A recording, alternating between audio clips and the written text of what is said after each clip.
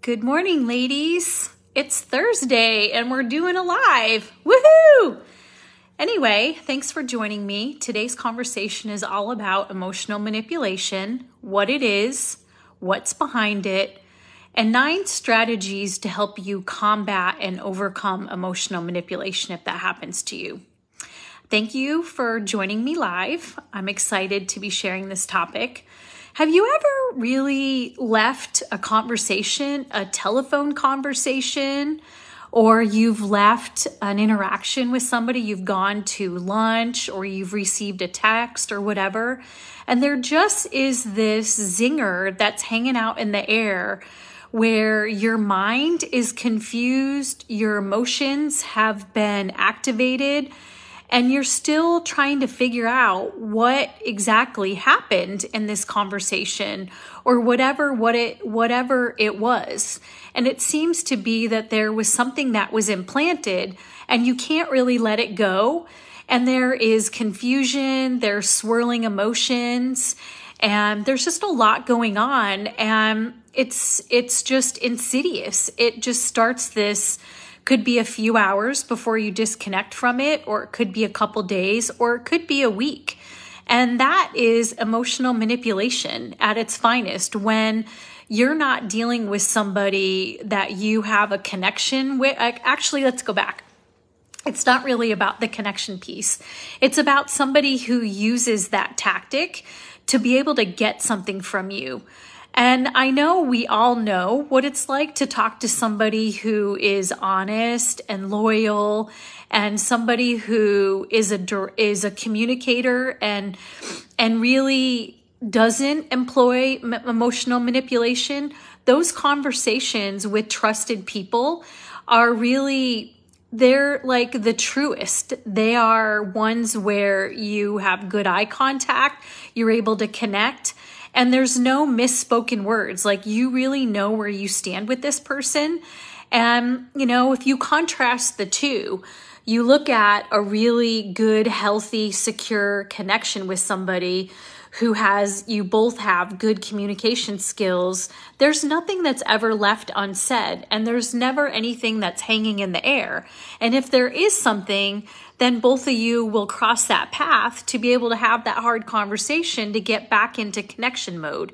And those are really connections and conversations that I hold dear, where people are authentic. They're willing to be assertive. They're willing to have hard conversations. And at the end of it, you really know where you stand with this person. Versus an emotional manipulator, you don't know where you stand with this person and you seem to be off base. Like, there is just something that is just off base with all of that. And I've got some visitors for a work order that's going on. Hey there, how are you? Yeah, I do. I got quite a few. So, do you need any help from me? Okay, cool. Awesome. Well, I'll continue on with what I'm doing. If you need anything, let me know. Thank you. Okay, back to my conversation here. So we all have emotional manipulators within our midst. And, this is something that I have struggled my whole entire life. I'm a highly sensitive person, and I am somebody who's very compassionate and empathetic. And this is something that I've been really digging in deep to try to understand the different layers. And as I heal, there's more and more nuances that are coming out. And I'm very passionate about it because we all have emotional manipulators that are within our midst. It may not be a narcissist. It may be a friend, a family member, somebody else. But we all have them, and we may not know the impact, and we may not know how to overcome that. But that's something that we're going to talk about today. And I just want to help to equip you with some skills and some tools to be able to understand the pattern a little bit more.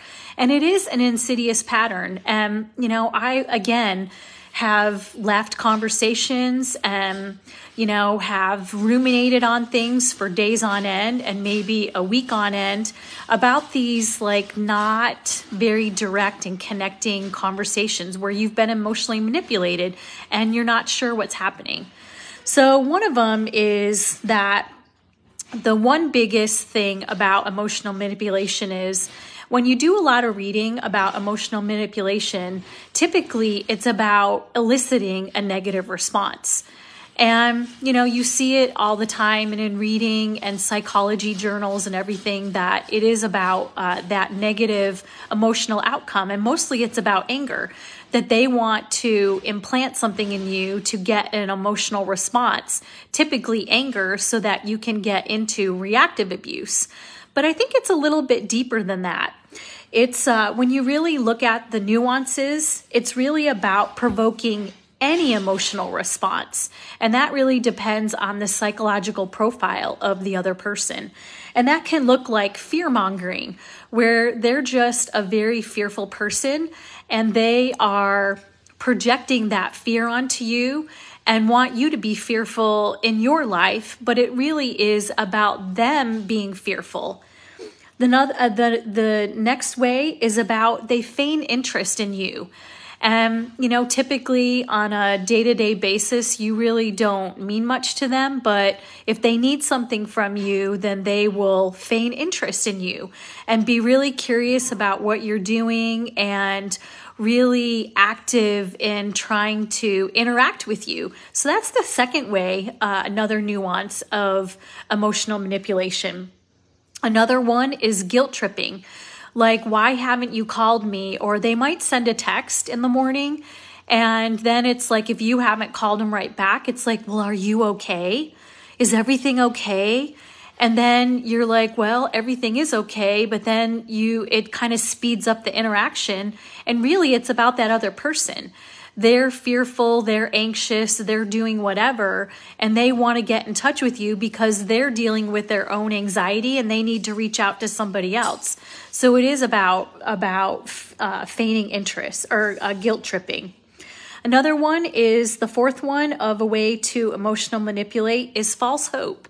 They give you false hope with no delivery. Oh, we really, going to do all that. We're going to go on a trip, or we're going to get together to do X, Y, Z. And then they don't ever deliver on it. Or they say they're going to call you back, or they're going to plan something, or let's do an event, and they never really come around to it. Or let's go to a restaurant, or let's talk about this, or let's go to couples therapy, or, they put something out there that's really big to you, that's tangible to you. But what happens is they never deliver on it. They know that it's important to you, so they put out that marker in your life, and you are like, oh, yay. They're working towards that to really, work on repairing the relationship or take an interest in me, and we're really going to go do that thing. But they never deliver on it. And so it's like one of those disappointments that you're dealing with after, but you've had this false hope that they've planted in you. And the next way is, the fifth way is, they get your attention that they've done something nice so that you'll think they're nice. And, they'll go way out of their way in a restaurant to leave a very big tip, or play with your cat, or something, again, that's of interest to you, that's important to you. And really, when you dig into it, there isn't consistent behavior either, but it's like, oh, you caught them doing really good. You caught them doing awesome, supportive things to you.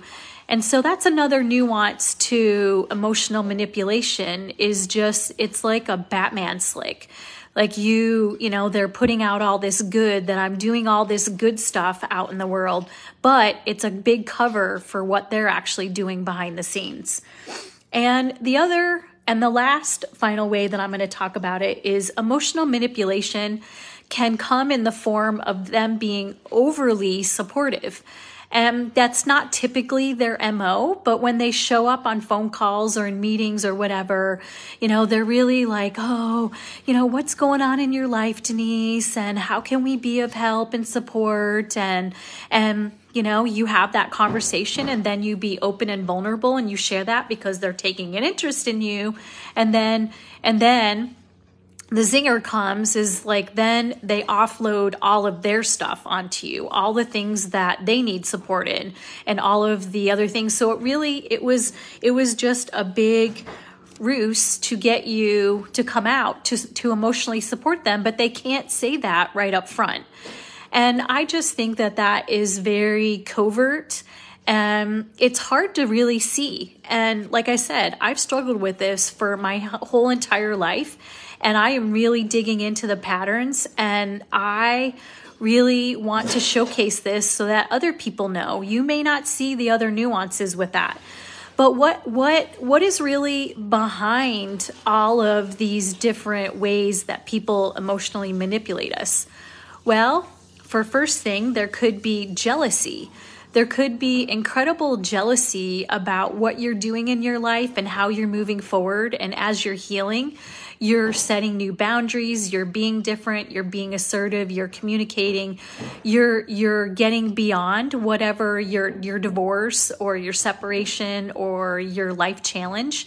And now you're moving on and you're really understanding the dynamic. And they may be jealous. They may be jealous of all the wins that are happening in your life and all the things that you are personally developing in and being assertive in. So it does elicit a jealousy factor from those people who like to emotionally manipulate. They also might be lonely. That might be a big thing, is that they're looking at your life and you're starting to live your best life, and they're lonely and they don't really know how to do that for themselves. So they want to live vicariously through you, but they're also jealous. So they'll throw out that Batman slick and get you all tripped up with emotional manipulation. Another one is that you're not really taking care of their feelings anymore. You've moved beyond being overly compassionate and understanding and empathetic, and you are moving beyond your codependency tendencies. So you're not really there anymore to fluff them. You're not really there to prop them up. You're not really there to overly support them and be the crutch for them and enable them anymore. And they are struggling with that because you're not providing that support that they so desperately need, that they can't do it on their own, and they need somebody else to be able to provide that to them. And again, Another thing that's really behind the scenes is they really need emotional support, but they don't know how to ask for it. So they would rather, in a manipulative way, emotionally manipulate you and do it from a passive position, but it's really a struggle, and wouldn't it be nice if everybody could say, hey, I'm really struggling with this today and I really need your help, but they don't. They would rather go ahead and covertly underneath and undermine you in these interactions. And, the other biggest thing behind all of this that drives the emotional manipulators is you're not giving them supply anymore. You are not giving them supply anymore. And you're not fluffing them. You're not giving them kudos. You're not giving them encouragement.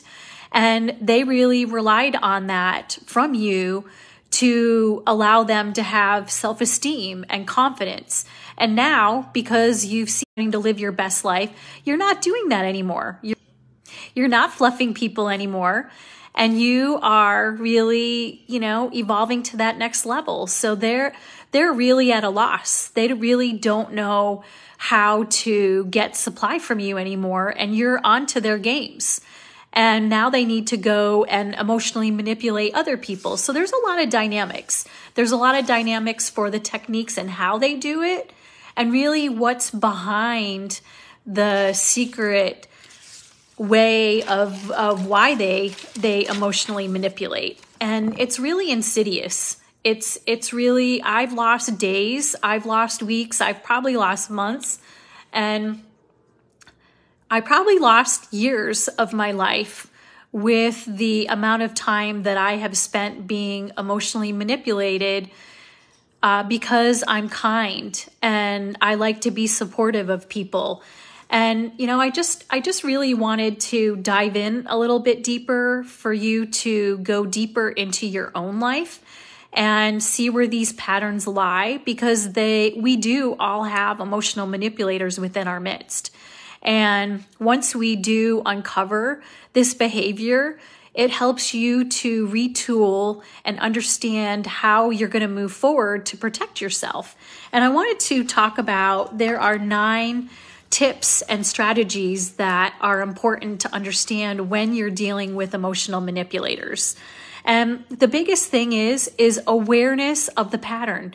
It's taken me many years to peel this all back and to dive deep into my own personal structure, but then also be an observer and really understand and move through these different dynamics. And if you have another way that you're emotionally manipulated, drop those in the comments. I'd love to hear that, and I'd love to dig into that a little bit more.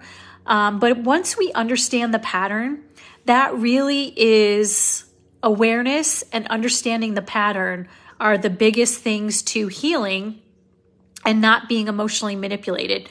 Now, I'm not going to say that it's never going to happen, because there are those people in our life who are incredibly gifted at, no matter what you do and how you self-protect, they do have that ability to get inside your inner fence of defense. And that's the trick, is for us to really understand that and unhook from it all. So let's go through some strategies for how you can deal with emotional manipulation. One of the first things is recognizing the pattern and being aware. When we're clueless about this, then that gives the primo opportunity for emotional manipulators. We give them the key to our whole psychology. We give them the key to manipulate us. And if we're aware, we can set better boundaries for ourselves. We can be more assertive. We can communicate. We can move through all that, but we have to be aware. We need to recognize the pattern. That's number 1. Recognize the pattern and be aware. Number 2 is be armed against emotional manipulation. Like, we have to really understand those type of situations and the people and the scenarios in which we are prone to emotional manipulation. And once we know that, then we can kind of start looking to see about the pattern and see awareness with all of that. Like, oh, that happens with this person and this person. It's similar, but it's different. And I need to understand and dig in a little bit more. Is that 2 different scenarios? Or is it this person is very close to me and there are 9 ways in which they emotionally manipulate me? And, that's just awareness and writing down the pattern and being armed, like knowing the situations, knowing the people, and knowing how they deploy this tactic of emotional manipulation. And once you get a handle on that, then you can go inward to really change your behaviors and how you're going to address this. The third tip is control your emotional reactions. And, again, emotional manipulators, that's their number 1 thing. They want to see your emotionality. They want you to be emotionally triggered, and they want you to be confused. It might be subconsciously and it might be willful. I don't really know about that, but they do want you to walk is something that, in order to combat that, you need to control your emotional reactions. Do not react in the moment. You need to be firm, fair, and consistent and assertive with what you're going to deploy against these emotional reactions. And, just control your emotional reactions. Maybe that's taking a time out and leaving the interaction and coming back a little bit later, but you don't want to give them any more supply than what you're willing to give. And don't give an emotional reaction is a very big message. The 4th way is to set boundaries. Set boundaries about the amount of time that you're going to spend with these folks, the amount of interaction you're going to have with them. what you're going to allow them to have access to in your psychology. Is this a superficial relationship? Is it a mid-range? Is it an acquaintance? And is it somebody who's in your inner circle? And if it's in your inner circle, then there might be some more work to be done, and maybe that person's not safe. So it's, again, understanding boundaries and how you're going to protect yourself. The fifth way is staying calm. Like in these interactions, while we're building resilience, while we're building endurance, we need to stay calm. Like you might see this unfolding and feel that something's going on, but if you can stay calm and confident in these different situations and deal with everything a little bit later, then that really gives you the power position. And again, goes back into not giving them the emotional reaction that they want and being calm, cool, and as a cucumber when you're interacting with these folks, because you're not going to give them any emotional supply, which is what they're looking for in the first place. The next way is being really assertive. The sixth way is being assertive, is we really need to be assertive and set the boundaries and communicate. We need to be on our game with communicating with these folks and be very clear. If there's something that they have planted with the emotional manipulation, we have every right to address that. If someone's trying to put fear on that, there needs to be an interaction that's like, I'm not accepting this fear. This is not mine, and I'm going to live my life in the way that I see best for myself. We do need to address it because that's being aligned with our own compass, and we need to not be a pushover and not be passive with these folks. So we do need to be assertive, and we need to be assertive with setting boundaries and having open communication with these folks. The seventh way is being indifferent. We need to find ways to be indifferent to these type of people. And that's always hard for me, family members and an ex-spouse or a spouse or whatever, being indifferent to somebody, that's really hard for me to do. And I'm still working on that, is just being indifferent. Like, oh, there they go again. There they go again with their emotional manipulation. Like, call it out, be aware of it, call it out, know it for yourself, and be indifferent about it. That's really important, is not allowing yourself to get emotional about what they've just done for you. It's just how they manipulate. The eighth way is unhook from it. When you're done with the interaction, unhook from the scenario, unhook from the person, and give yourself some self-care. With all of that, unhook is just allowing yourself to get back into your body and your mind and your spirit, and just not take on whatever they were trying to do for emotional manipulation. And the ninth strategy for dealing with emotional manipulation is self-care. That's really the biggest thing, is unhooking after a telephone conversation, after a text, after an interaction that you've had, is to unhook and give yourself self-care. However you need to tend to yourself, whether that is a walk. And, that's really one of the biggest things, is going out and clearing your head. You don't want to be sitting and stewing with all of this. And I know that there are some telephone conversations that I have had that I have needed to go get a coffee, go for a walk, go have interaction with other people, because I didn't need it to set into my brain. And I didn't want that to impact me any longer. And so one of the biggest things in closing is awareness is number one thing about emotional manipulation.